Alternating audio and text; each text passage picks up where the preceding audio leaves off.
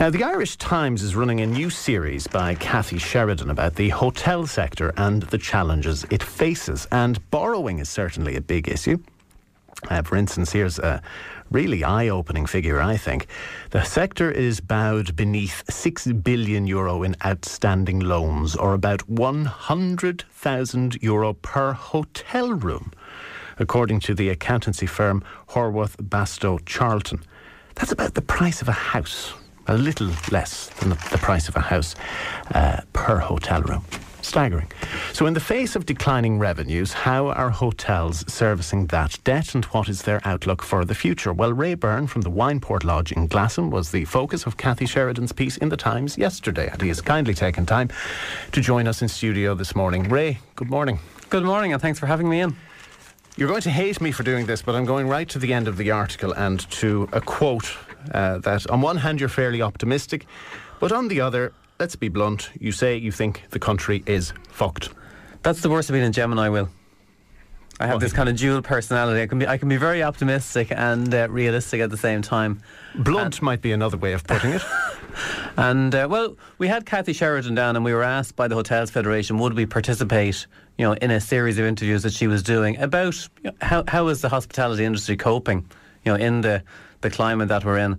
And once we decided that we would engage with Cathy Sheridan, my view was, well, let's be absolutely honest about this. And we've been very lucky in Wineport over the years, and we've built up a great reputation, and we've had lovely things written about us by travel writers and foodies and columnists. And yesterday's article was not one of those. It was really about the nuts and bolts and what is the business model and how are the people who work with me, what's their view on what's happening. Well, you were brutally honest in the sense you were open about the level of debt you have accumulated in the business. And for those who didn't read the article, paint a picture for us. Well, I suppose if you had to paint a very quick, simple picture, over a period of probably 15 years in business, we would have borrowed, in total about €7 million, which was great. If you go back 3 years ago, and you took a valuation and you would say, well, this business is probably worth in excess of 10 million. Very hard to define what values are today. But I would imagine, and I'm not a property expert, if you had to put a value on the business tomorrow, it could be worth, somewhere, between 3 and 4 million, which is probably about half what's owed on it. So if you were to stop the clock today and say, right, the clock stops, what is this business worth? It's certainly worth a lot less than what we owe. But that's not to say, that it's not a viable business. Presumably what you're hoping for is in 5 years or however long it takes, there will be an upturn, profits will increase, therefore the value of the business rises as well. Well, there's two things. You can hope that, and you have to look at that against, well, what is the reality? If there's another 15 billion or 20 billion or 11 billion or whatever billion figure you pick, because none of us really know what a billion looks like, to be sucked out of the economy, and you expect your business to grow in the next 5 years, very hard to see where those two things can meet. So it's unlikely there's going to be a hell of a lot of growth in the next few years. So then what you're left with is the situation whereby, well, can businesses, and not just my business, but businesses in general, can they afford to repay, what is borrowed from them? And if they can't, what are the workouts of that? What are the alternatives to paying it back? How much do you have to pay back? Well, our interest on a year would be around about €300,000. And what I was saying in the article was, if we were in a position to pay back €250,000 a year off our debt for the next 4 years, that would come to €1 million. We can all kind of get our heads around those numbers. So say if I could pay off the price of a house per year for the next 4 years, I would have paid off €1 million. So I would have another, at the end of those 4 years, I would have to pay off the same amount for another 24 years. So in other words, I'd have to pay the price of a house for the next 28 years to pay off my debts. And when you put it in that context, it sounds like a lot. But there are some hotels, many hotels in this country, which are not keeping their heads above water, and they're tipping into receivership. Some have even been liquidated, and you are still here. Sure. And what struck me about the article yesterday was, Cathy Sheridan said, at the end of this year, maybe 10% of hotels could be in receivership.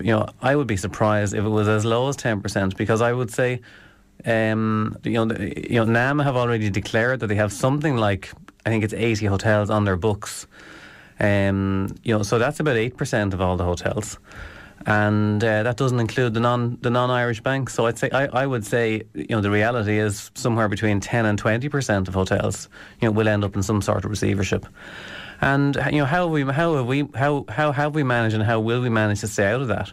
Is really down to the support that we get, and that support is from our staff, it's from our lenders, and most importantly, it's from the customers that support us. But describe the hotel and what makes it unique, because Cathy Sheridan in the start of her piece sets out your typical customer, what they expect, and it's very much that idyllic, quiet, serene setting, being left alone, being pampered. Mm-hmm. That's the niche that you're cornering. Sure, and what we have is, we have a place, and the Midlands itself, what the Midlands has to offer is, we're roughly an hour, with new motorways, from the periphery of Dublin. So you can take a point where the large population centre is. Those people can get into a car and get away to the Midlands and specifically to Wineport Lodge, and be in a very peaceful, unspoilt, relaxed setting. Looking west, sunset coming down over the lake, sitting out on their balcony, and really get away from it all, without any stress. Very easy to get down to. And our ethos is when you come in the door, we will look after you. But I'm just going off the top of my head now. You have the Hudson Bay Hotel, you have the Sheraton, the Athlone Springs, Prince of Wales. There's the other hotel out by Kilmartin's. Sure, Begancourt. And the Shamrock is still in business. Absolutely. And I may even be leaving some out. Sure. So is it possible and feasible for all of them to survive, or will there inevitably be casualties in the sector? Well, what's interesting is, almost 3 years into the downturn, the first hotel, to have a problem in terms of its solvency was the Shamrock Lodge Hotel. So what that shows you is there is a resilience there, in the industry. The problem is, and the question we don't know the answer to is, how long this thing continues for.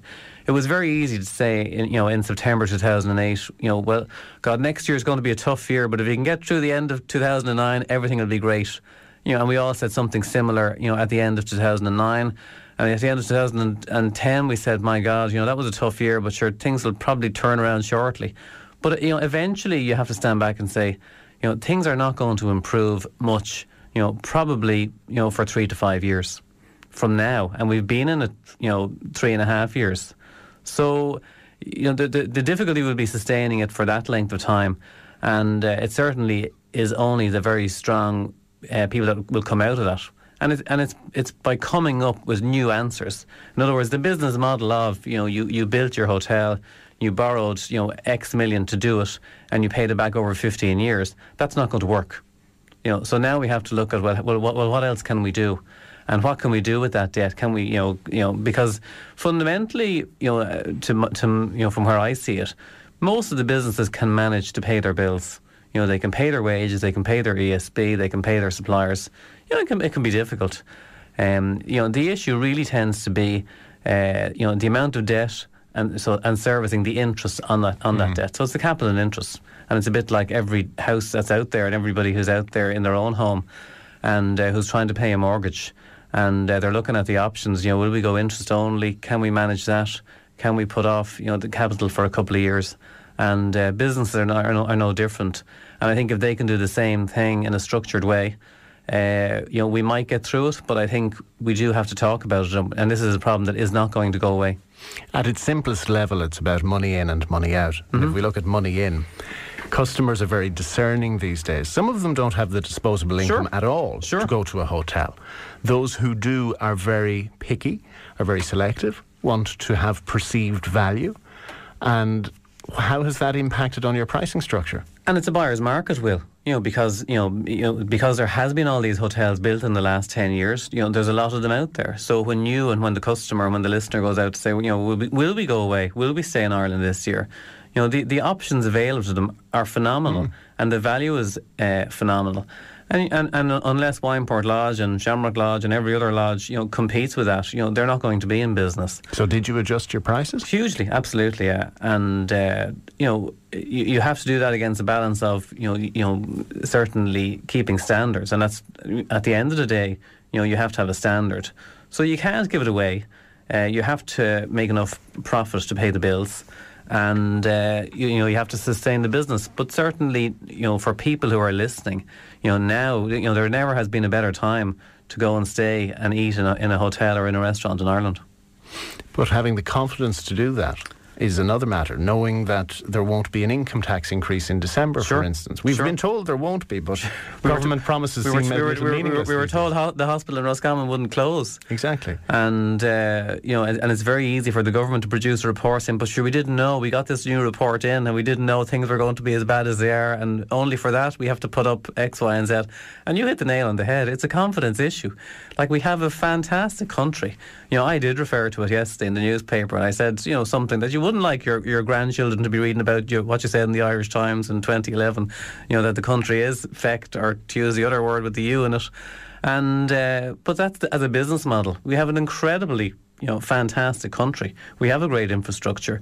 We have a great hospitality sector, but we have a great pharma sector, and we have a great sports sector, and we have a great cultural sector. So we have a fantastic place, to live and to work in. And but not unlike the business model of the hotels you mentioned earlier, servicing our debt is becoming a huge fiscal challenge for this country. Well, we all know it's unsustainable. And and that is the issue. And what I would like to see is the commentators have been telling us for long enough, that the numbers don't add up, and we're not in a position to pay back the $250 billion or whatever it's going to be that we will owe in 3 years' time. And what I would like to see is the decision makers, standing up and saying, actually, that is correct. And while we may not have a plan, at least we recognise the problem. And I think if you recognise a problem, in your life or in your business, that's when you can start doing something about it. Hold that thought for a moment. Our guest is Ray Byrne from the Wineport Lodge in Glasson, and if you want to get in on the conversation, 0818 300 103 is our telephone number. If you've got a comment, call Will now on 0818 300 103. 0818 300 103. Or text us 083 3010 103. The Midlands Today Show with Will Faulkner. Midlands 103. Our guest is Ray Byrne from the Wineport Lodge in Glasson. We've been reviewing an article that appeared in the Irish Times yesterday by Cathy Sheridan, and she put Ray's business in the spotlight, and he was very open, very honest about the level of debt accumulated and about some of the challenges that not just his company but the entire hotel sector faces. Now, in terms of what customers are expecting, Ray, how aggressively will somebody pursue a discount or value when they call up and they ask for a bargain? Well, certainly it was a learning curve for us, because we had a I suppose a business model which in terms of selling, say, a weekend break, your Friday and Saturday night, it was a bit like Brennan's bread. They were like sliced pans, and you didn't have to sell them. You simply people called up, and booked them. And, we went through a whole change because, when the downturn did come in September 2008, there was definitely, a change. And I suppose we had to, re-engineer what we did, because what we found was, and I think it's so important to listen to your customers, that people were very aggressive, in terms of their approach to us. And it was really like... What would they say? Well, they would say, do you realise there's a recession in this country? And naturally we did, because we could see it on the booking side. But certainly the customer wasn't feeling that we were responding in terms of our pricing to the new economy. So we had to look at it and say, well, listen, what can we do in our business that doesn't affect the quality to get to the customer experience, but yet manages to cut our costs down a little bit. So you look at everything. You look at the obvious things, which is your electricity, and you look at your heating, and you look at all those things. But then you also look at, well, the florist. Can we trim the florist bill? Do we need to get the window cleaner in every week, or would kind of once every, or would maybe twice every 3 weeks do? So you don't want to take away from the hospitality you're offering or from people's experience. No, I think customers can probably accept that. They may not notice that the windows aren't sparkling. Exactly. So long as they're reasonably transparent and they're not grimed up. But if you were using cheaper ingredients in food, for instance... You can't do it. or if you go for dinner, and the service takes too long because there's not enough chefs in the kitchen or not enough waiting staff on the floor, or if you order a nice cocktail and it comes out of a bottle as opposed to being mixed for you by the bartender, there are things you can't do. So you really have to know what your standards are and adhere to them. But certainly, we did sense a level of frustration on behalf of the customer.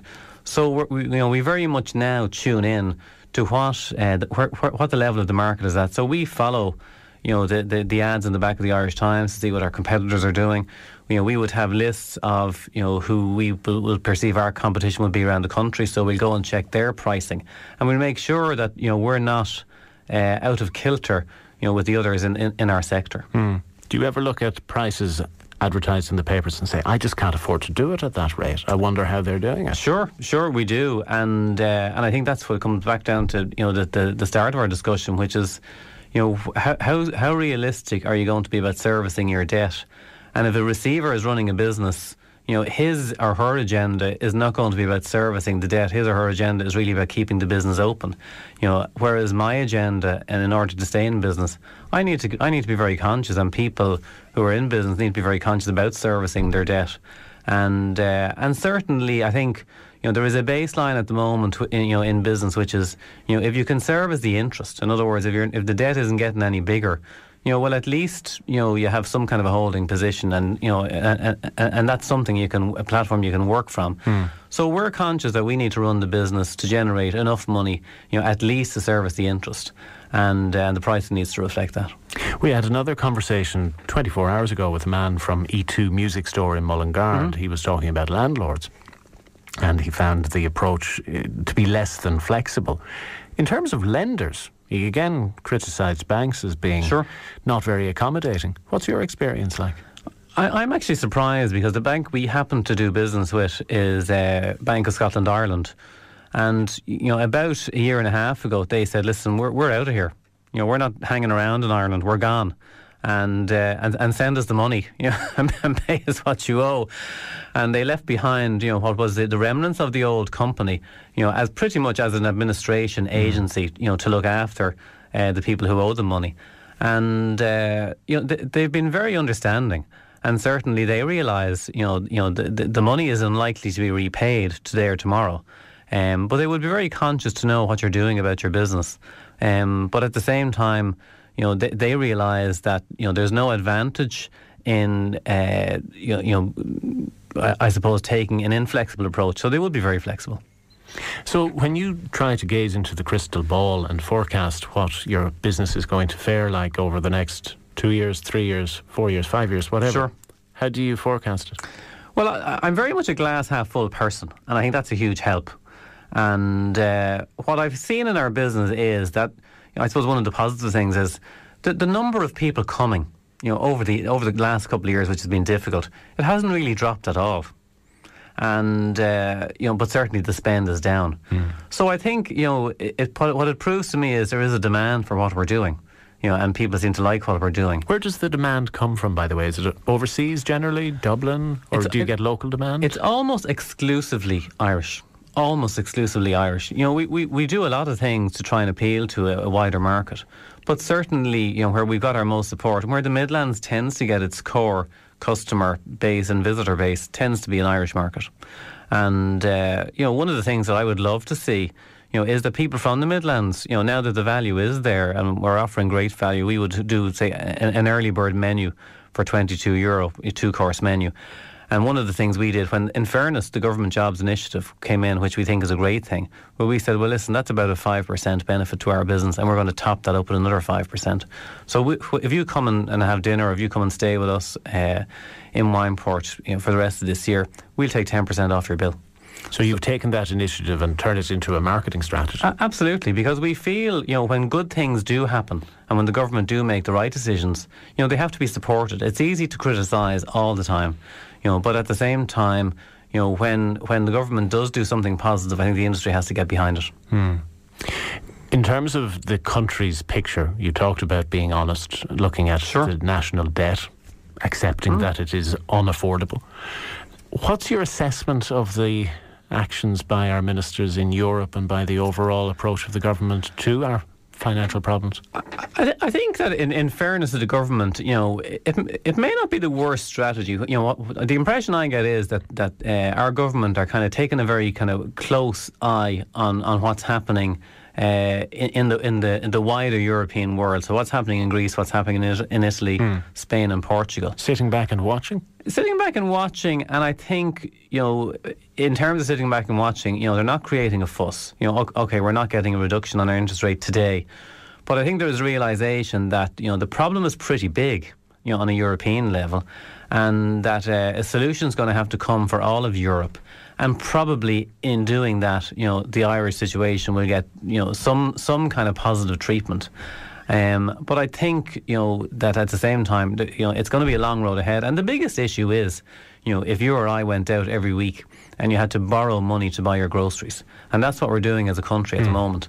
And, 300 million euro per week. Yeah, and the question is, how long will someone give you 300 million euro a week for to buy the groceries, and when can you bring the thing into line? So there's a lot of adjustment has to take place, in our spending and in our grocery buying every week, to turn that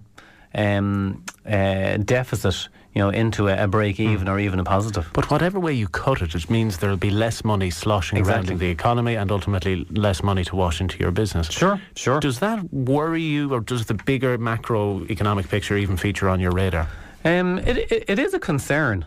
And but there are potential upsides as well. The more word gets out there that Ireland is a better value place to come to, one would like to think that we will get more visitors.